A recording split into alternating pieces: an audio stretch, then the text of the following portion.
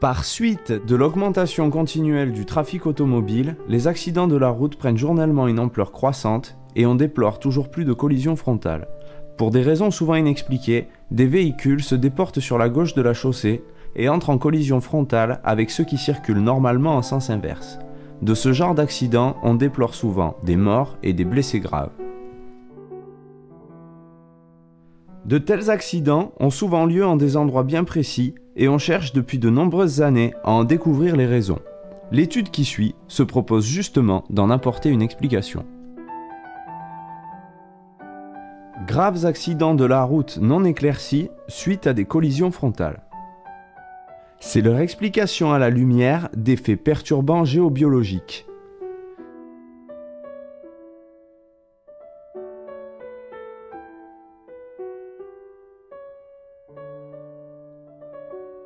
Cette documentation est le résultat des travaux effectués par un ingénieur de Landsberg et d'un professeur à l'école supérieure du bâtiment en Allemagne fédérale. 28 avril 1976, un jeune homme de 24 ans trouvait la mort dans la carcasse de sa voiture après s'être déporté sur la partie gauche de la Nationale 30 et heurté de plein fouet un camion circulant normalement en sens inverse.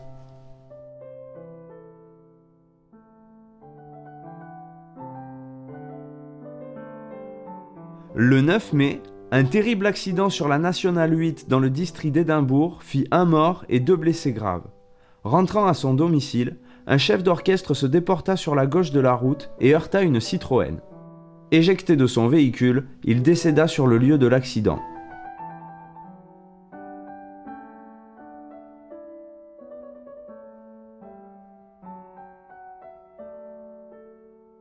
Le 7 juin 1976, toujours sur la Nationale 8, une voiture se trouva à l'improviste et sans explication sur la partie gauche de la chaussée.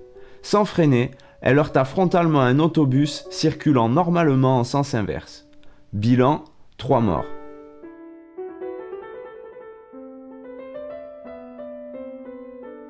Le 17 novembre de la même année, un installateur de 36 ans voyageait à bord de sa voiture Mercedes. À la sortie d'un long virage à droite, il fit une embardée et se trouva sur la gauche de la route où il entra en collision frontale avec un camion roulant en sens inverse.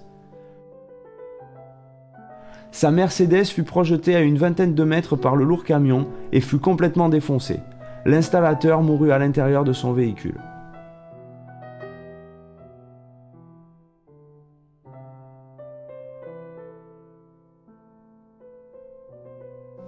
Le 11 décembre 1976, sur une route principale, se sont rencontrées, pour des raisons inexpliquées, 2 voitures de tourisme. Dans cet accident, 3 personnes perdirent la vie et 3 autres furent blessées. Le 20 janvier 1977, à la suite d'un accident sur la route nationale, un agent d'assurance fut extrait gravement blessé des décombres de sa voiture. Cet homme de 45 ans qui voyageait en direction de Leesburg s'était pour des raisons inexpliquées déporté sur la gauche de la chaussée avant d'entrer en collision frontale avec un camion qui circulait en sens inverse.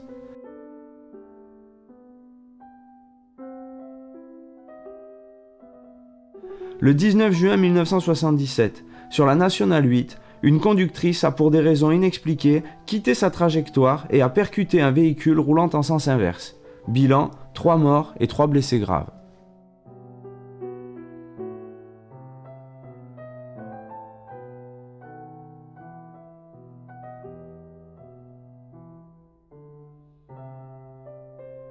Le 4 juillet 1977, dans le même périmètre, une voiture neuve percuta pour des raisons indéterminées un camion militaire de l'école de télécommunications. Bilan, 4 morts et 1 blessé grave.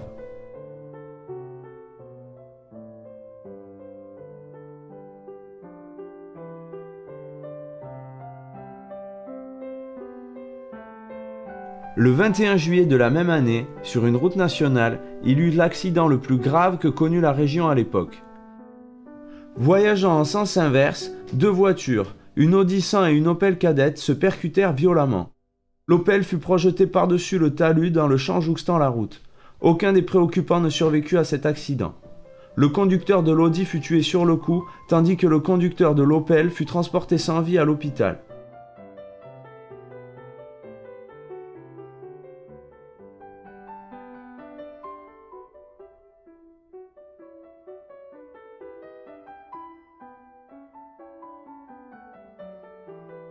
Ces exemples, rapportés dans cet exposé, ne représentent qu'une partie seulement des accidents particulièrement graves par collision frontale, à l'origine desquels on a également affaire à des erreurs humaines restées jusqu'alors sans explication. Comment expliquer la véritable cause de ces erreurs humaines ?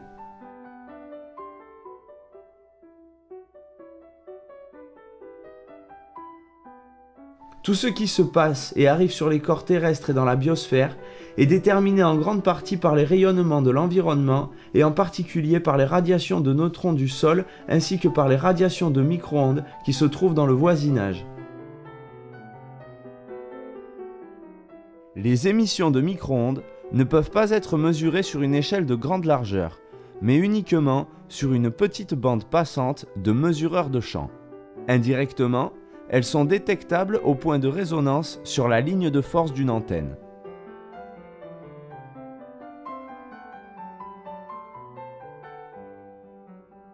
Les neutrons thermiques se forment lors de la dégradation atomique de l'écorce terrestre en tant que particules élémentaires sans charge électrique.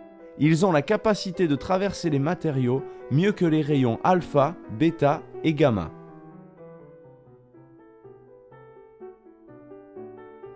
Les champs électriques, comme ceux qui se créent lorsque des courants d'eau se déplacent dans les failles du sous-sol, entraînent les neutrons thermiques dans leur direction en forme de faisceau.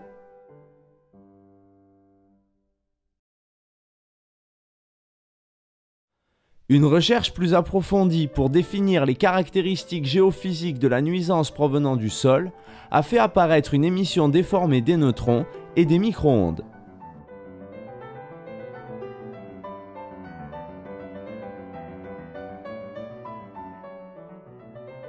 Les conditions biologiques sont de ce fait influencées par toute modification des radiations de neutrons. Des mutations peuvent être provoquées par des failles géologiques, des courants d'eau souterrains ou des ouvrages techniques. Par ailleurs, on sait que la vie est toujours en relation directe avec l'eau, que ce soit dans le cas des micro-organismes que dans celui du corps humain. Les neutrons sont absorbés et diffusés en grande quantité dans l'eau, ce qui influence en même temps l'action des émissions des micro-ondes, la valeur du pH et l'humeur de l'organisme. En particulier, le sang des êtres vivants supérieurs subit des modifications dues à ce processus et même la résistivité des cellules prend des valeurs différentes lorsqu'un individu est soumis à de telles radiations. Le système nerveux végétatif de l'homme a la possibilité et la tâche d'intervenir en tant que fonction régulatrice.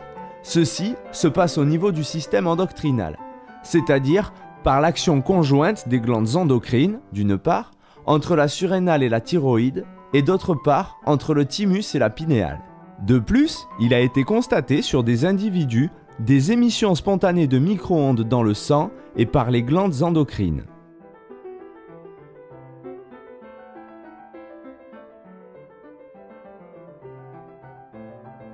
Nous voyons ici l'émission spontanée de micro-ondes du système endocrinien d'une personne située en zone neutre. Il est à remarquer la radiation plus forte de la pinéale et du thymus et la radiation un peu plus faible de la surrénale et de la thyroïde.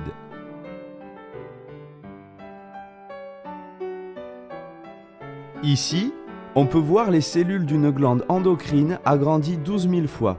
Les réserves d'hormones sont stockées sous forme de nombreux granulés. Lorsque se produit une perturbation extérieure, par exemple en cas de modification de l'intensité de la radiation de neutrons, l'équilibre se rétablit par une nouvelle sécrétion hormonale.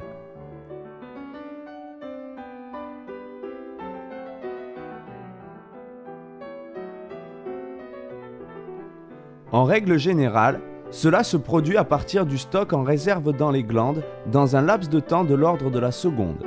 Si par contre cette réserve est épuisée et que la perturbation suivante survient immédiatement après la première, les glandes ne sont plus en mesure de satisfaire la demande. C'est en particulier le cas des glandes surrénales qui sécrètent de l'adrénaline, surnommée l'hormone de la peur, traduction littérale du terme germanique der Schreckenhormon.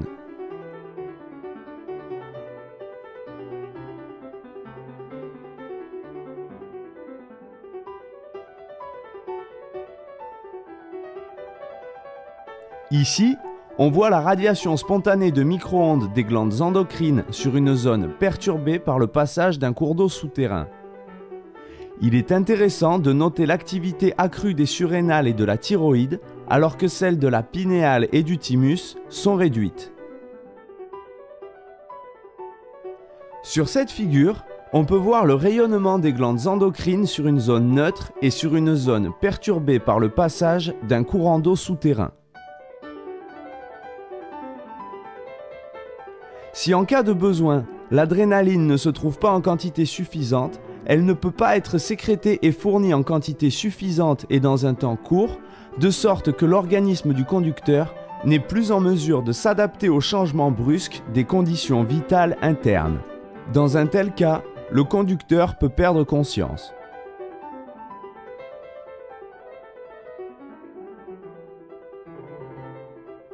En bref, c'est ce qui se passe lors d'accidents graves de la circulation et plus particulièrement lors de collisions frontales de véhicules. Dans ces cas, en général, on ne relève aucune trace de freinage, ce qui permet d'en déduire que le conducteur n'a pas été en mesure de réduire la vitesse de son véhicule.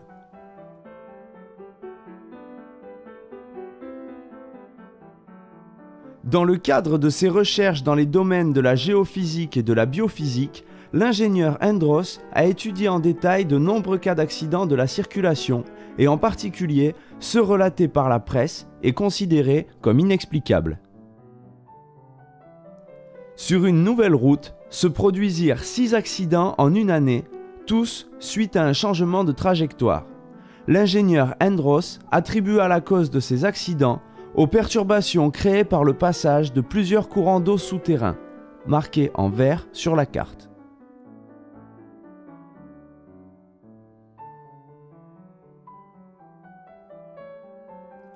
Dans le cas de déplacement d'eau souterraine, il se crée un champ électrique d'origine électrochimique qui influence le champ électromagnétique environnant, créant ainsi des lignes de force de haute et basse intensité.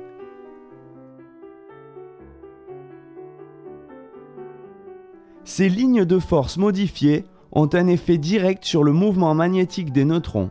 Elles changent leur direction et les concentrent en faisceaux. Ainsi, les rayonnements de neutrons, de même que les champs de micro-ondes, sont perturbés en surface. De telles modifications se répercutent immédiatement sur le comportement végétatif de l'organisme humain qui se déplace dans une zone perturbée de ce type. Son système nerveux ne sera impacté qu'indirectement. Il s'ensuivra une adaptation retardée du système endocrinien qui conduira, dans la plupart des cas, à l'évanouissement.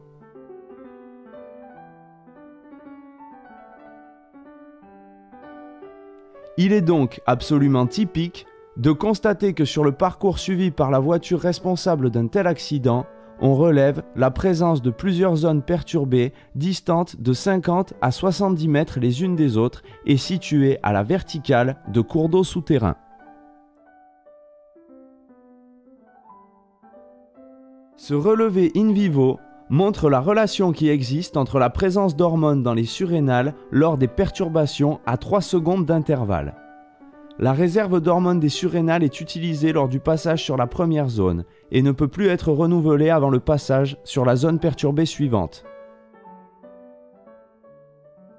Les systèmes endocriniens et nerveux n'ont pas le temps de se régénérer pour faire face à la situation de stress provoquée par les zones perturbées suivantes.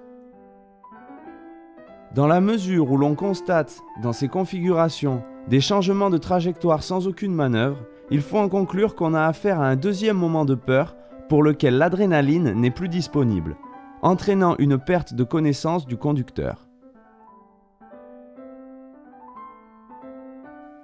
Les enquêtes, faites sur plus de 1000 accidents au cours des 12 années, ont mis en évidence une similitude entre ces accidents et ont permis d'exclure les thèses développées surtout aux États-Unis, selon lesquelles il s'agirait de suicide.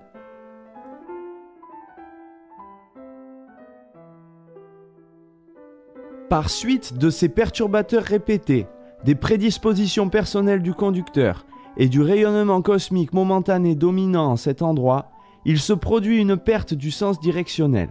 Sous l'influence du système végétatif, les centres nerveux également sollicités peuvent conduire à l'évanouissement. Ceci est corroboré par le récit de quelques rescapés ayant vécu un tel événement biophysique. Tous disent avoir eu un malaise instantané, vision noire et absence de toute souvenance de ce qui s'est passé.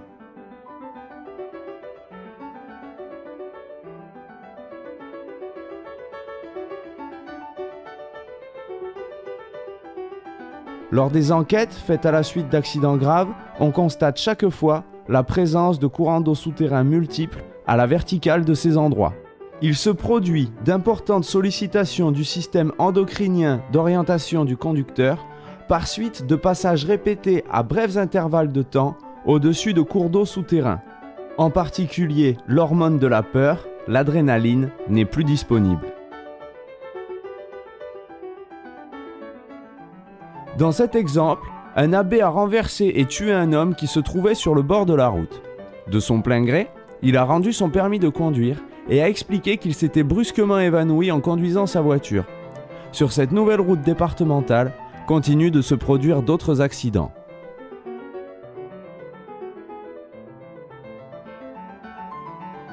À chaque nouvelle enquête, on constate la présence de plusieurs cours d'eau souterrains à la verticale des routes à accidents avec des zones perturbées correspondantes, lesquelles ont une incidence directe sur l'appareil directionnel biologique du conducteur. C'est toujours aux mêmes endroits de ces routes que se produisent ces accidents.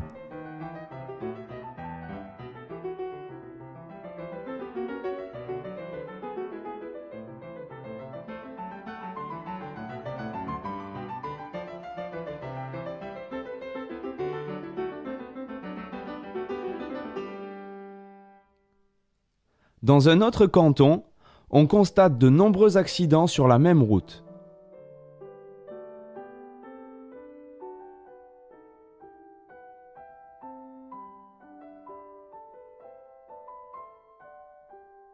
La recherche et la découverte des zones perturbées au moyen d'instruments électroniques ne posent plus de problème de nos jours.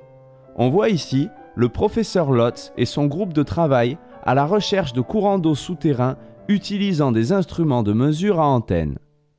Les appareils de détection de lignes de force UKV et des magnétomètres à résonance prévus spécialement pour la mesure en valeur absolue du champ magnétique terrestre. Ici, la mesure du champ magnétique terrestre sur une zone neutre est à la verticale d'un courant d'eau souterrain. Pour la mesure des variations des perturbations des champs, on dispose également d'appareils à antenne sur lesquels il apparaît une image claire sur un terrain neutre et une image déformée sur une zone perturbée.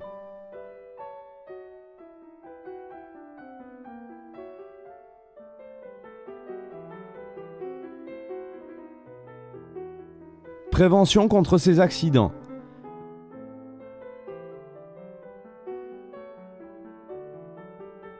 La première mesure à prendre pour éviter de tels accidents consisterait à neutraliser les zones perturbées par l'émission de micro-ondes qui produiraient une interférence. Un émetteur à antenne bipolaire placé verticalement sur le terrain excité par les radiations de micro-ondes du sol émettrait des ondes horizontales afin d'annuler par addition des champs vectoriels les micro-ondes perturbatrices.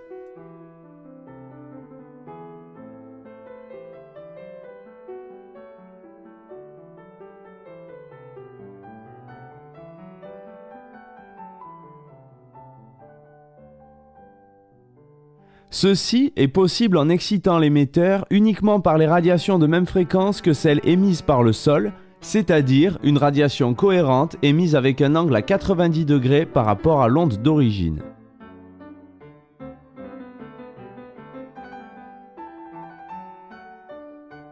Concernant la dépollution des habitations, un émetteur à interférence a été développé, qui, comme nous l'avons déjà dit, est excité par les émissions locales de micro-ondes et qui, par les ondes qu'il émet horizontalement, annule la perturbation des micro-ondes telluriques.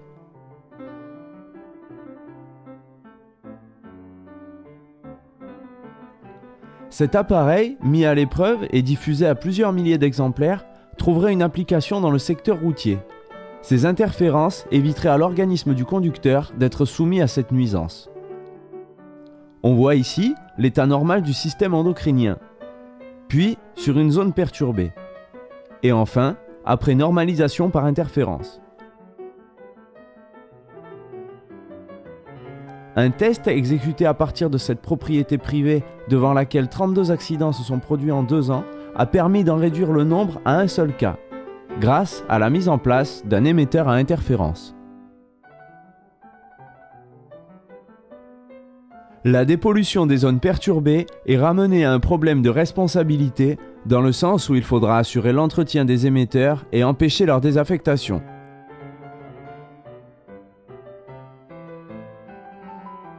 En plaçant des émetteurs à interférence pour dépolluer les zones à haut risque d'accident dû à la présence de perturbations géophysiques, on éviterait la perte de milliers de vies humaines.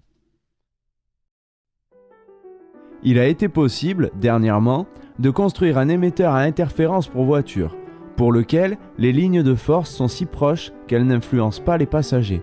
Dans ce cas, la tôle de la carrosserie ne constitue pas un obstacle pour les micro-ondes. La dépollution des zones perturbées spécifiques ne constitue donc plus un problème d'ordre technique, mais uniquement de responsabilité et d'organisation.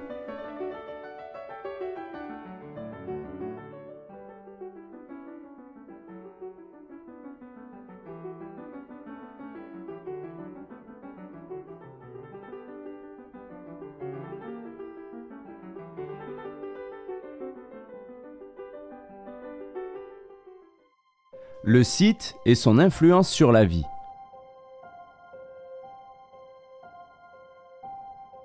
Film documentaire et de vulgarisation scientifique sur les connaissances récentes en géobiologie et écobiologie.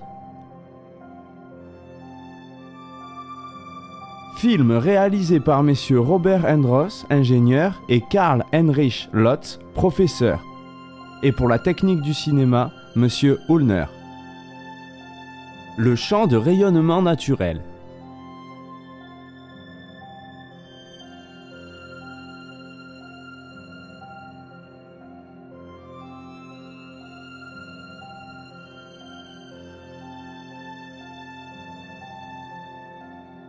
Notre espace vital baigne dans un champ de rayonnement comprenant le rayonnement cosmique, celui dû à la réflexion de la Terre, et le rayonnement tellurique.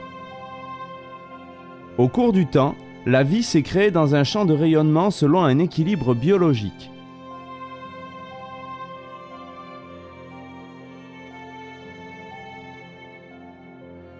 Le rayonnement cosmique ne comprend pas uniquement le rayonnement solaire et lunaire avec leurs manifestations connues telles que la chaleur, la lumière, etc., en jeu d'absorption et de réflexion par la Terre et l'atmosphère.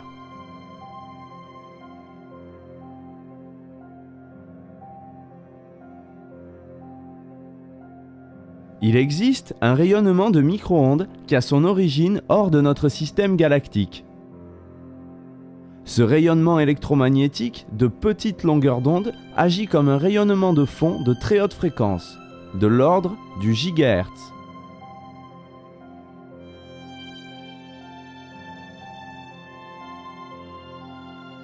Le gigahertz représente la fréquence d'1 milliard de cycles par seconde.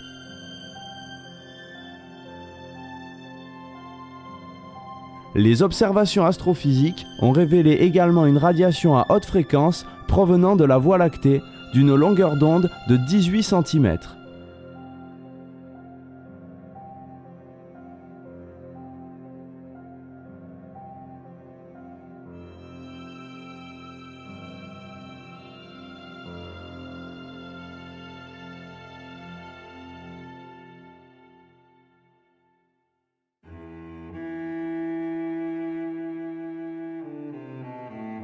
Le maximum d'énergie atteint par l'ensemble du rayonnement cosmique est d'environ 70 000 MHz.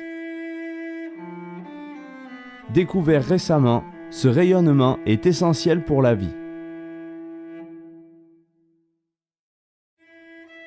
On voit ici M.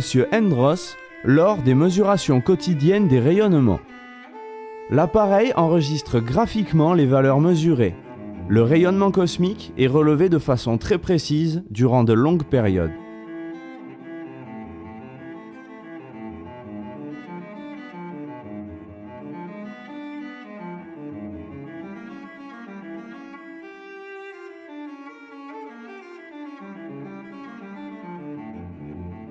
En plus de ce rayonnement cosmique, il existe un rayonnement d'origine terrestre, le rayonnement tellurique. Il s'agit d'un rayonnement de neutrons dû au rayonnement de chaleur de la Terre, non pas par suite d'une déperdition par convection du noyau terrestre, mais produit par un processus radioactif de la croûte terrestre.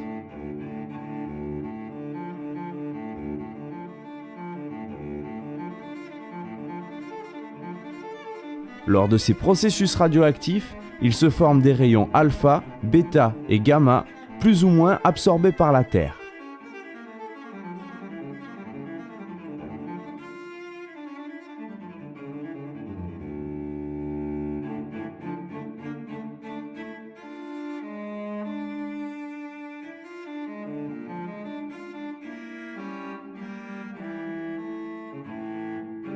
Alors que le neutron atteint la surface de la Terre et libère un tiers de son énergie lors des collisions avec le noyau d'hydrogène,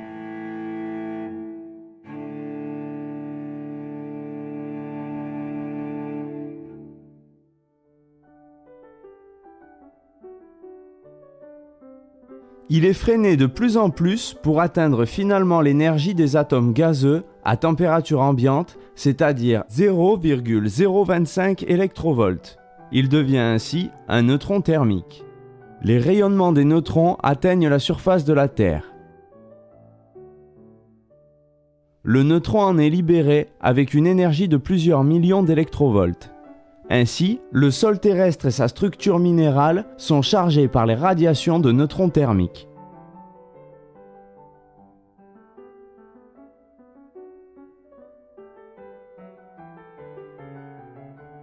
Ce rayonnement de chaleur peut être mesuré par un thermomètre à infrarouge.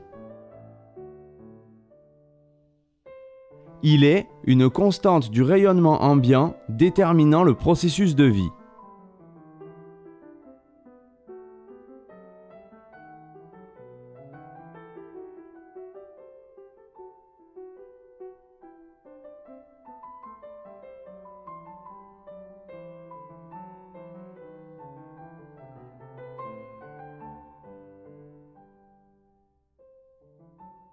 L'effet composé des rayonnements cosmiques et telluriques provoque des résonances et des interférences et crée ainsi le champ de rayonnement naturel de notre espace vital.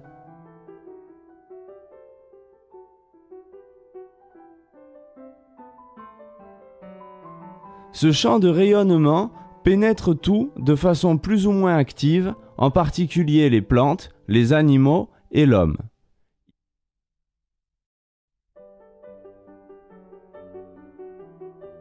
Il est déterminant pour le processus biologique.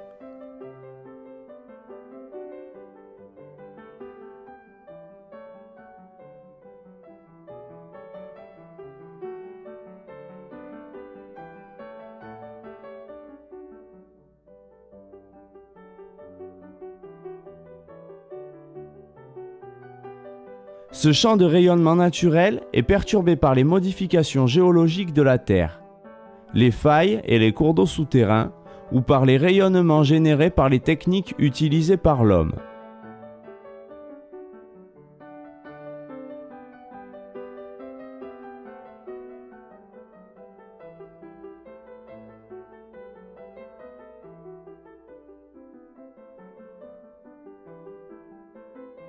Les zones agressives perturbées, leur origine et leur localisation.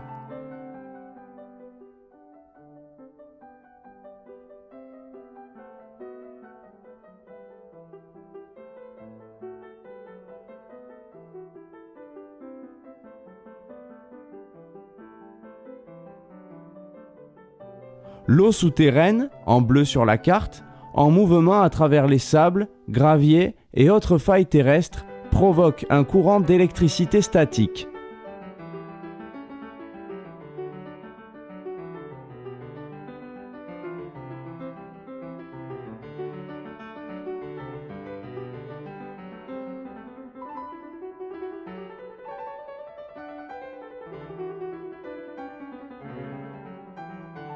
Ce courant est créé par la charge positive de molécules d'eau en mouvement par rapport aux particules du sol.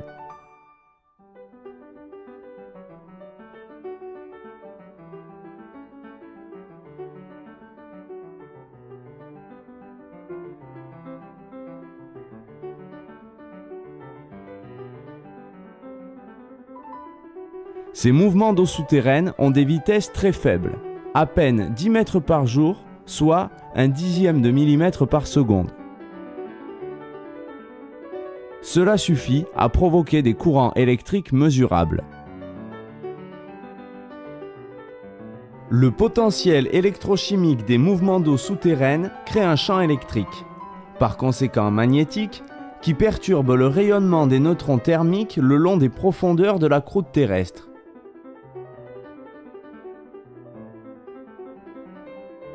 Ainsi, le rayonnement infrarouge normalement réparti de façon uniforme est transformé en rayonnement de micro-ondes de l'ordre du décimètre et du centimètre.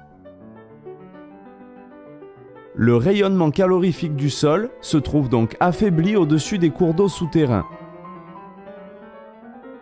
Le rayonnement en micro-ondes qui sort du sol se trouve structuré par des perturbations électriques du sol, en particulier le long des cours d'eau souterrains.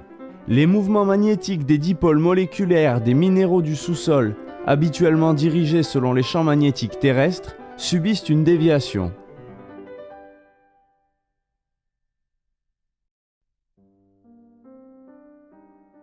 Selon les lois de la physique atomique, cette déviation est soumise à une quantification directionnelle possible uniquement sous des angles bien déterminés.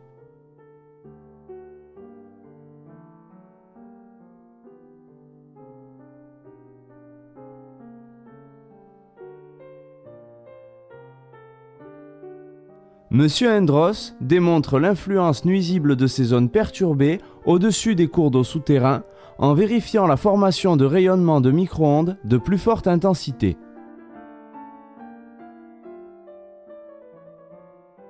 Un détecteur de micro-ondes permet d'enregistrer le spectre modifié du rayonnement tellurique.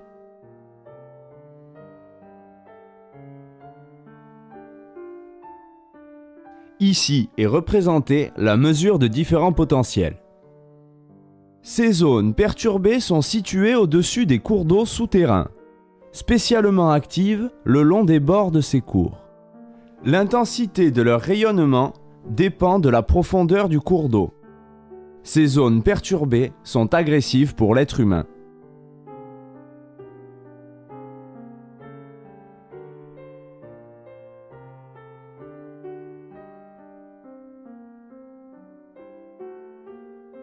L'existence de ces zones perturbées est détectée par des appareils de mesure et aussi par la baguette du sourcier. Sur ces zones de perturbation se retrouvent des forces terrestres magnétiques, électromagnétiques, électriques et radioactives. Les effets de ces zones sont multiples.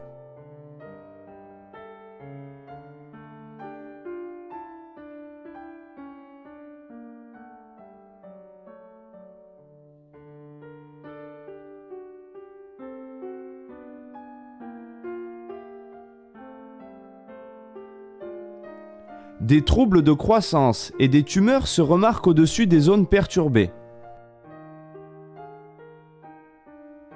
Ils sont provoqués par un mauvais fonctionnement des glandes hormonales de croissance. L'exemple de la santé est frappant.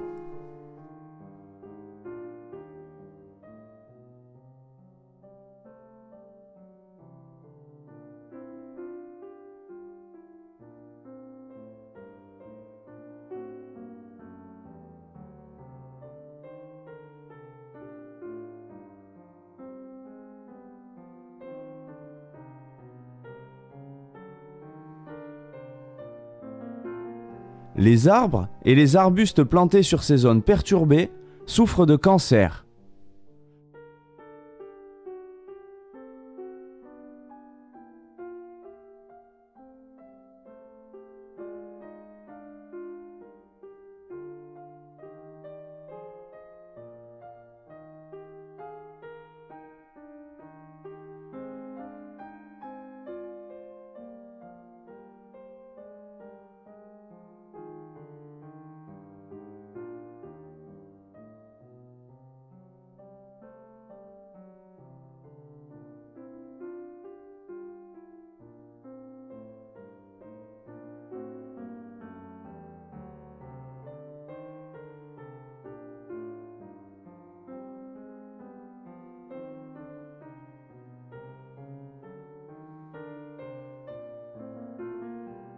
La foudre tombe toujours sur ces zones perturbées.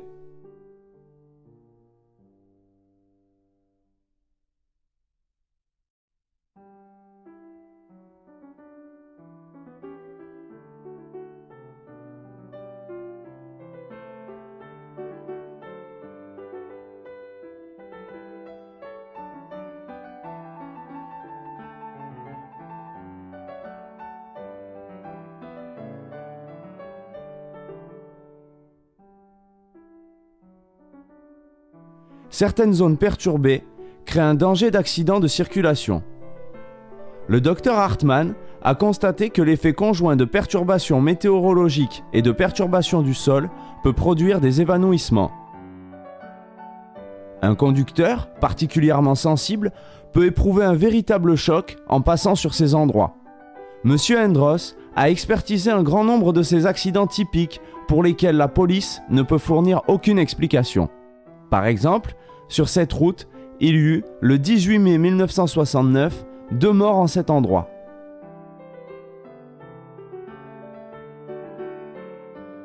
Autre exemple, ce lieu marqué d'une croix est situé au-dessus d'un cours d'eau souterrain. Il y a eu un accident mortel le 8 avril 1978.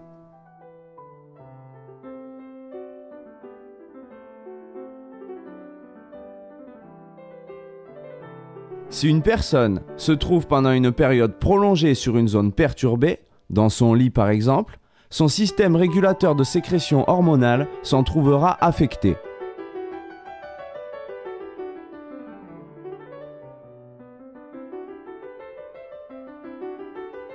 Monsieur Endros a fait la constatation par comparaison des spectres de rayonnement ambiant avec celui du rayonnement individuel.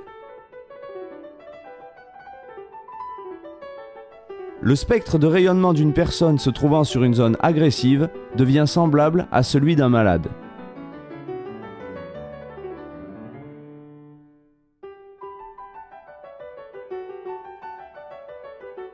Lorsqu'un organisme vivant est soumis à un rayonnement perturbé pendant une longue période, par exemple pour l'homme, le lit ou le lieu de travail, les vibrations des systèmes de régulation endocriniens sont modifiées comme celles d'un organisme malade.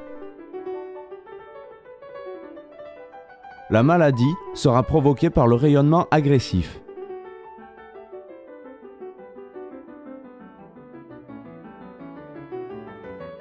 L'organe qui sera atteint et deviendra malade dépend de l'état de santé, de l'hérédité et de l'influence de l'environnement.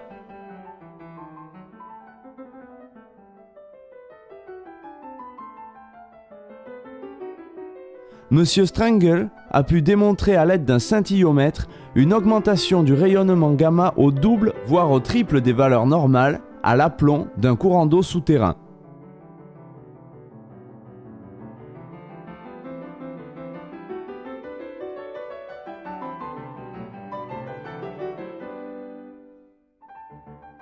Ici, nous pouvons voir que le champ de rayonnement naturel est perturbé aux endroits des failles et des ruptures géologiques du sous-sol.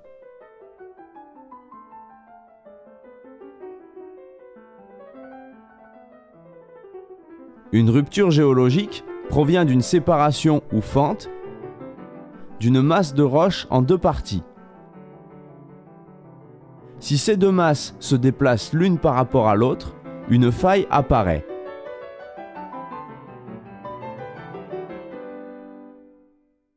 Ces failles créent des zones perturbées et le rayonnement agressif augmente. Il a été possible de localiser des failles à 1700 mètres de profondeur.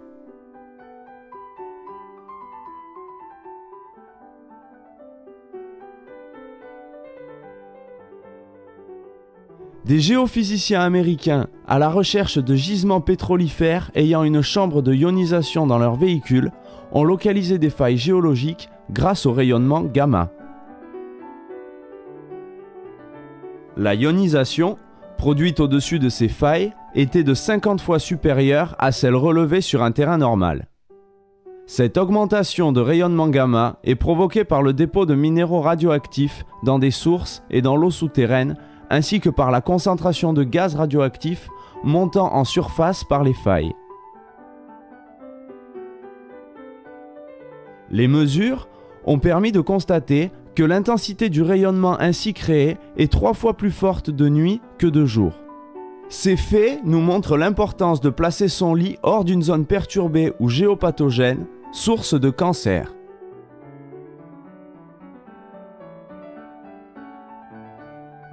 Les forestiers et les agriculteurs savent que les arbres des forêts et des vergers présentent des malformations sur ces zones pathogènes. Le pouvoir germinatif y disparaît.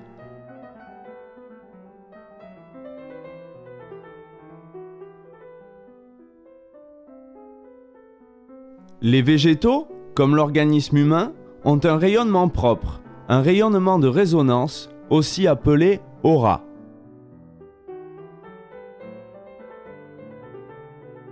Son intensité, c'est-à-dire la forme de son spectre, est modifiée lorsqu'il se situe sur une zone perturbée.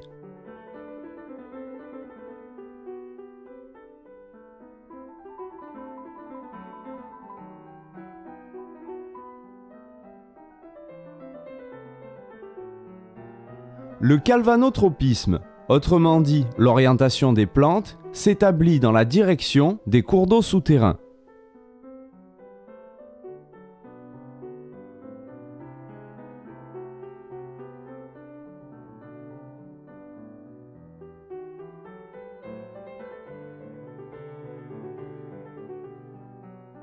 On observe aussi des croissances en biais, fuite, ou en rotation, perturbation, et l'apparition de tumeurs appelées balais de sorcière.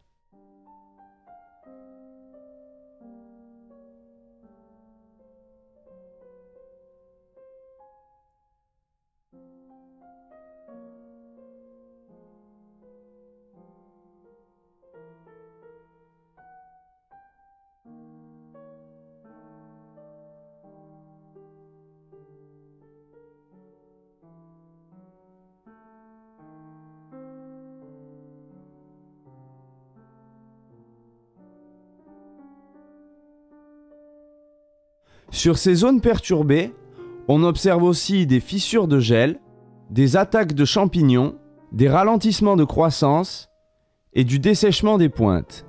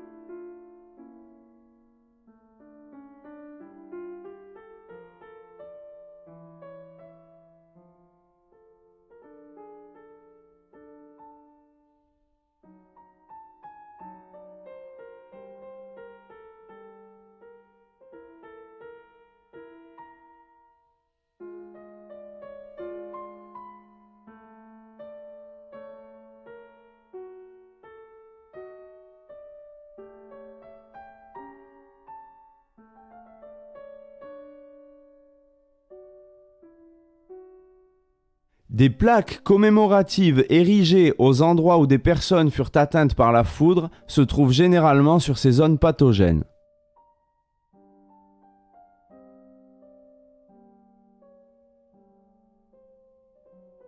Ici, on voit très nettement que l'arbre est foudroyé, fortement déformé et attaqué par le cancer.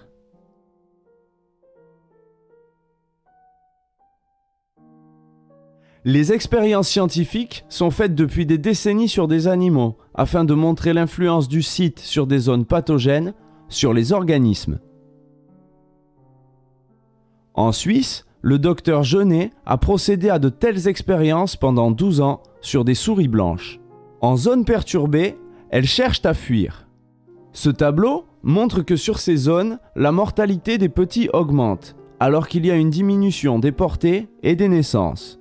En frottant la nuque des souris avec un produit goudronné, l'observation a montré que le nombre d'animaux atteints de cancer est beaucoup plus élevé en zone perturbée qu'en zone neutre.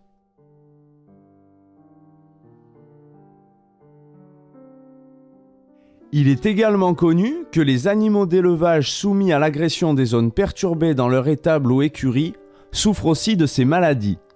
Le Dr Kopp a constaté que les animaux placés sur ces zones perturbées présentaient les symptômes suivants. Lapins, perte de poils et rachitisme. Chevaux, maladie de cœur, anémie pernicieuse, cécité. Bovins, crampes, stérilité. Porcs, maladie du sang et du foie. Poules, amaigrissement, leucémie. Chiens, rhumatisme articulaire, plus ils cherchent à fuir.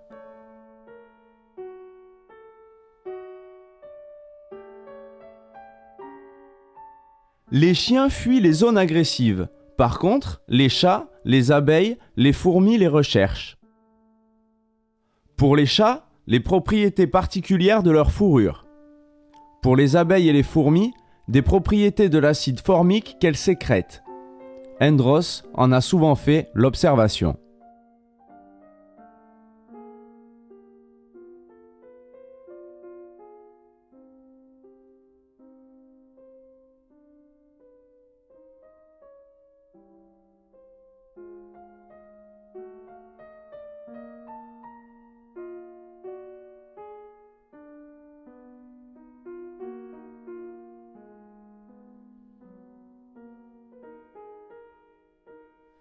Les Chinois connaissaient déjà ces zones secrètes du sous-sol il y a plus de 4000 ans. L'enseignement de Feng Shui prescrivait, avant l'implantation d'une maison, que le sol soit examiné pour déterminer les forces nuisibles qui menacent la santé et la vie des habitants. Les architectes chinois, alors, les formulaient ainsi.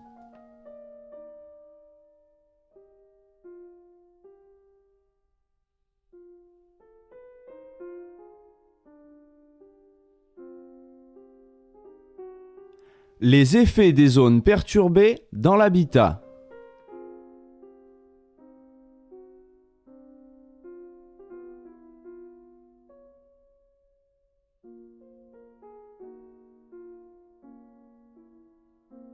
Des radiesthésistes ont observé que l'agression des zones perturbées à la surface du sol se prolonge sans limite vers le haut. Le faisceau de rayonnement tellurique change de direction en quittant le sol, pour entrer dans l'atmosphère qui est d'une autre nature. Lorsqu'il rencontre à nouveau un corps solide, par exemple la dalle d'un bâtiment, le faisceau change à nouveau de direction et se diffuse. Le phénomène se répète ainsi de dalle en dalle. Cette expérience de laboratoire permet de bien comprendre ce phénomène.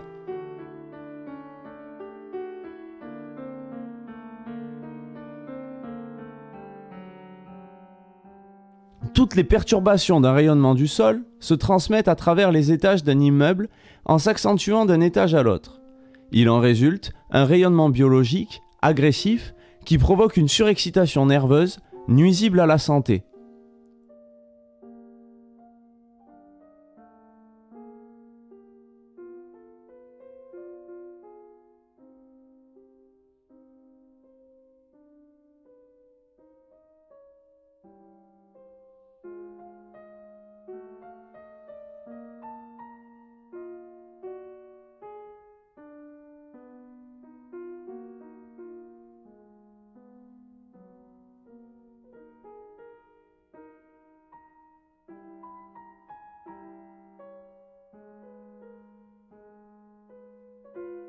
On constate souvent des fissures dans les parois d'une construction en maçonnerie ou aux endroits des zones perturbées. Ici, la rue est située sur une zone agressive.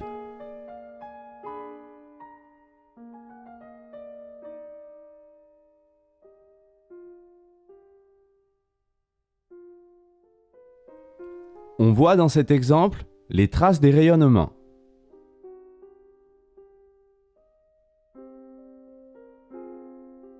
Dans ces parois massives, les ondes à haute fréquence concentrées se transforment en hyper-résonance et provoquent des fissures.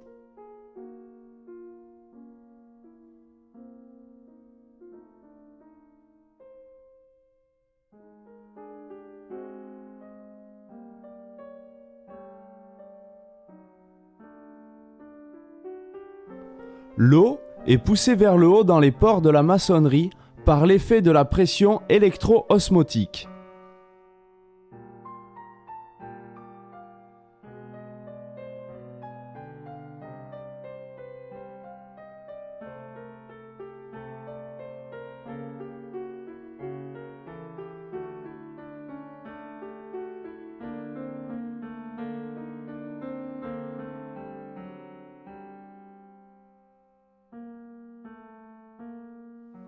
Autre exemple, dans ce château baroque qui présente le même phénomène.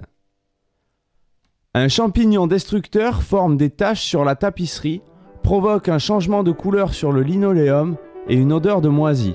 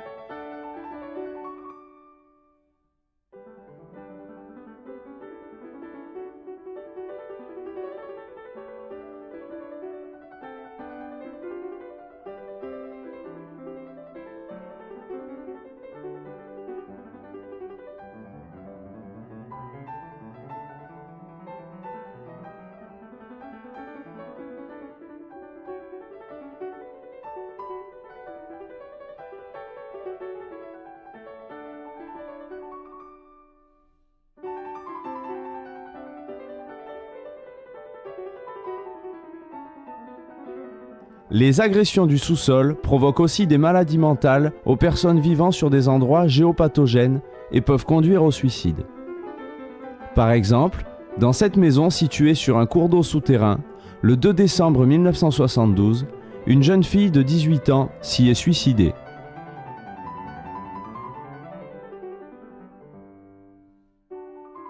Un docteur confirme que les lits des personnes suicidées sont souvent situés sur des emplacements pathogènes.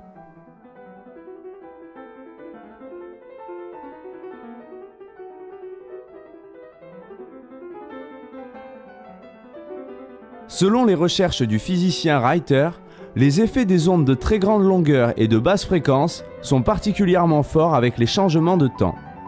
Ces ondes kilométriques se transmettent aux zones perturbées.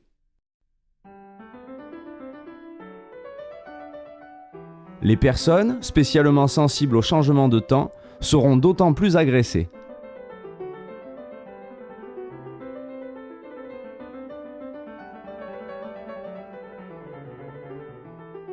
Le processus de régulation endocrinienne est mis en évidence par le géorhythmogramme du Dr Hartmann en mesurant la résistance du corps au passage dû à un courant d'eau souterrain.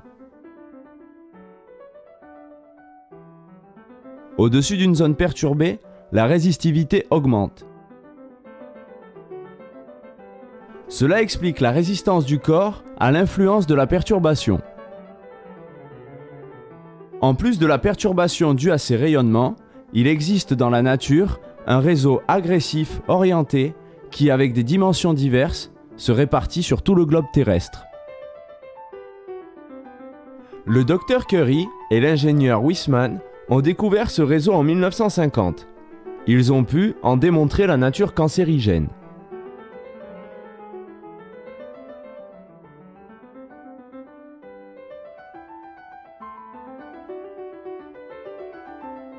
Le Dr Hartmann a observé et mesuré pendant ces nombreuses années ces réactions biophysiques.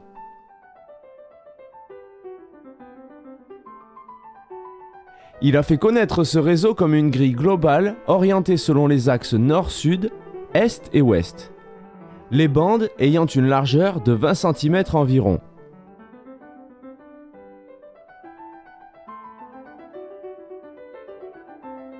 La distance entre les bandes est différente selon les latitudes géographiques et selon la structure du sous-sol. Dans nos régions, les distances sont généralement 1,5 à 2,5 mètres dans le sens est-ouest et de 2 à 3 mètres dans le sens nord-sud. Les croisements de ces bandes, appelés nœuds, sont des endroits biologiquement très agressifs. Le réseau Hartmann sur une zone perturbée présente des déviations nettement mesurables des ondes infrarouges. Les rayonnements à haute fréquence deviennent très agressifs pour les êtres vivants. Sur ces terrains à cancer, les influences météorologiques se manifestent de façon irrégulière par rapport à l'environnement et provoquent une irritation constante des cellules et des nerfs.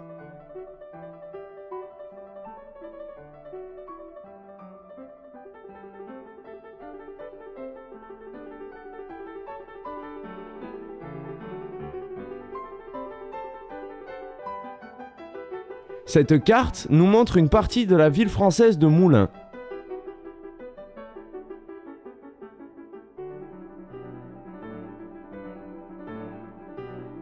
Une étude du médecin Picard, faite pendant 9 ans, a permis d'enregistrer 280 décès dus au cancer, à des endroits bien localisés. Certaines vues, bien typiques, montrent qu'il y a eu au moins un cas de cancer par maison. Les recherches géophysiques ont permis de localiser les cours d'eau qui passent et se croisent sous ces maisons, ainsi que des failles géologiques.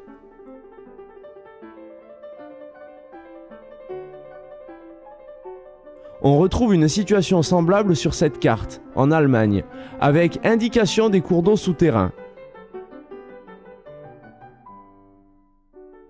Les endroits marqués d'une croix se trouvent sur des zones géopathogènes.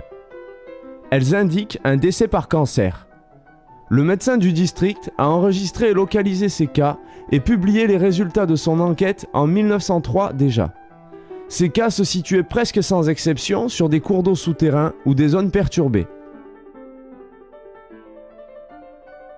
Les documents montrent à quel point ces décès dus au cancer et quelquefois à des troubles circulatoires sont liés aussi. Voici un cas pratique signalé par le docteur Hartmann. Une chambre à 2 lits. L'un des lits est placé sur une zone agressive, due à un croisement des rayons telluriques à la verticale d'un cours d'eau souterrain superposé à une faille géologique. La femme qui dormait dans ce lit est morte d'un cancer à l'estomac. Après son décès, son mari a occupé ce lit. 2 ans plus tard, il mourut lui aussi d'un cancer à l'estomac. C'était la 3e génération à mourir d'un cancer à l'estomac en cet endroit.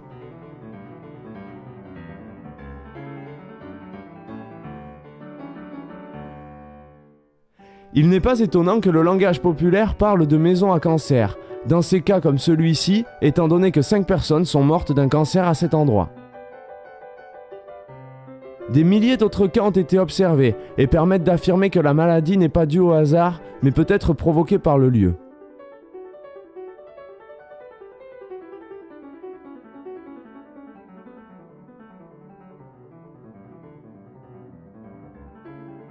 Ici, un deuxième cas, tiré des expériences du docteur Hartmann. Une femme d'une trentaine d'années, très sportive, institutrice active, pleine de joie et heureuse en ménage, son couple déménage dans une villa familiale de construction moderne. Après 6 mois, la femme maigrit progressivement et souffre de douleurs à la gorge. Des examens faits par un otorino ne donnent aucun résultat.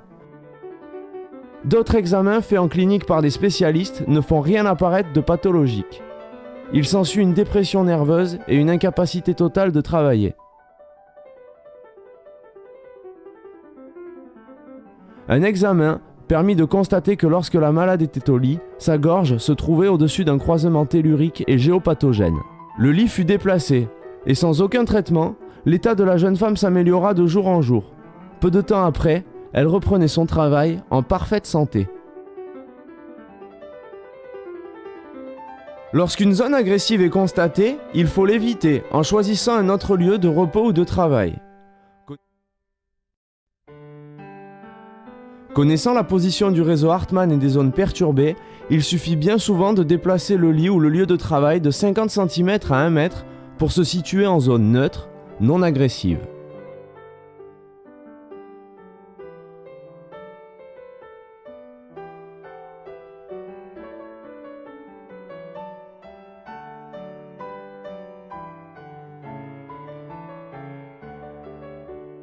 D'autres éléments perturbants sont également à écarter. Un lit métallique, un miroir, des piles électriques, des meubles rembourrés à ressorts d'acier, une balance, une bouillotte en métal, une machine à coudre, des bouteilles ou d'autres objets métalliques ou en matière plastique. Tous ces objets peuvent aggraver les effets d'une zone perturbée. Pour neutraliser un champ de rayonnement agressif, Endros a créé une installation particulière. Le principe de cette neutralisation utilise un système oscillant qui entre en résonance avec le rayonnement tellurique agressif et de cette façon devient un émetteur.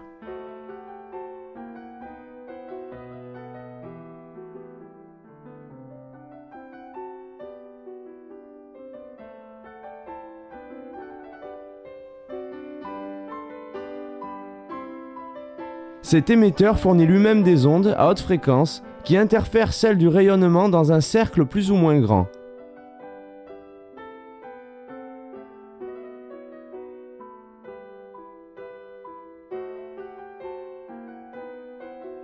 Cet émetteur est placé de préférence à l'extérieur de la maison dans une zone non perturbée. Il travaille de lui-même, sans entretien. Il est possible dans ce cas de neutraliser des sites et des appartements.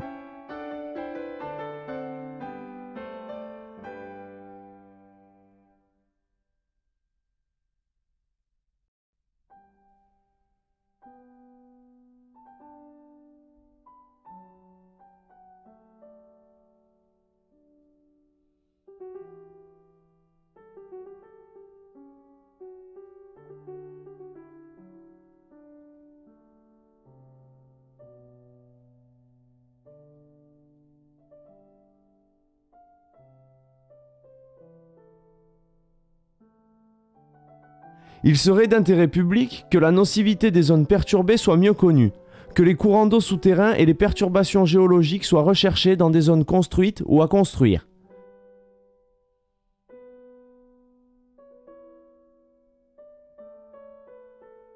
Ces connaissances devraient être portées à la connaissance de chacun.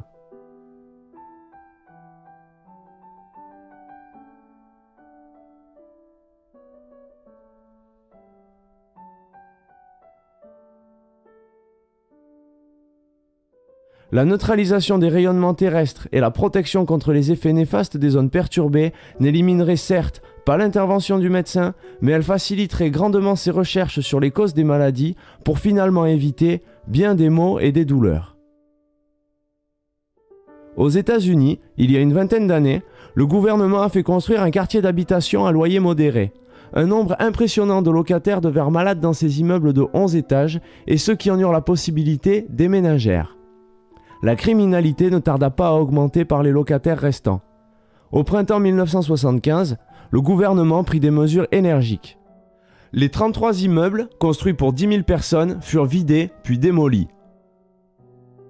Aujourd'hui, quelques rares personnes ont saisi l'importance de ce problème et de l'urgence qu'il y aurait à lui apporter une solution.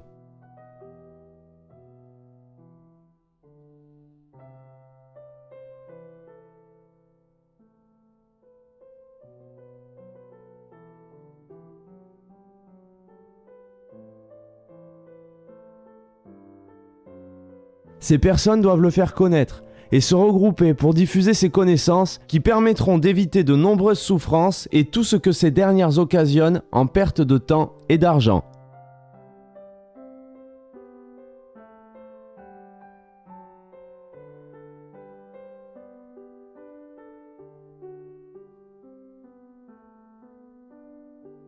Il y a 100 ans, Semmelweis a découvert que la fièvre purpurale pouvait être évitée dans la plupart des cas simplement en se lavant bien les mains. On a souri, on s'est moqué de lui, on l'a même poursuivi. Il aura fallu la mort de milliers d'autres femmes avant que les médecins suivent les conseils de Semmelweis.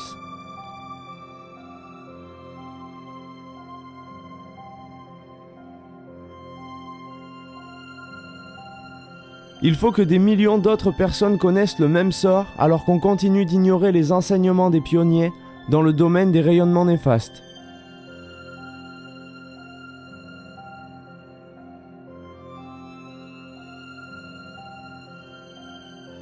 Ne serait-ce pas un progrès heureux, éviter de faire de notre monde un hôpital permanent et en constant développement, en tenant compte des connaissances nouvelles en géobiologie et en écobiologie.